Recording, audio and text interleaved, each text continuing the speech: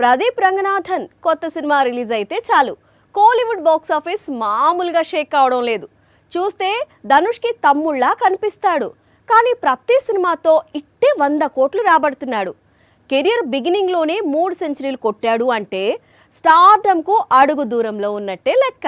డ్యూట్తో Kollywood Tollywood box office ముందుకొచ్చాడు ప్రదీప్ రంగనాథన్.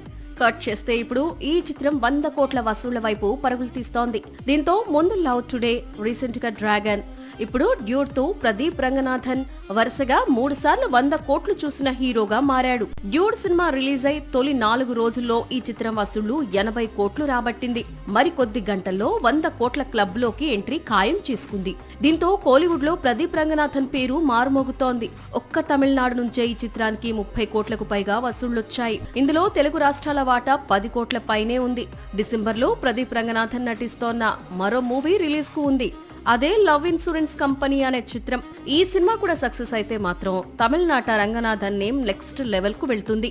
దెబ్బకు stardom అందుకున్న ఆశ్చర్యం లేదు అంటున్నారు అక్కడి ట్రేడ్ పండితులు.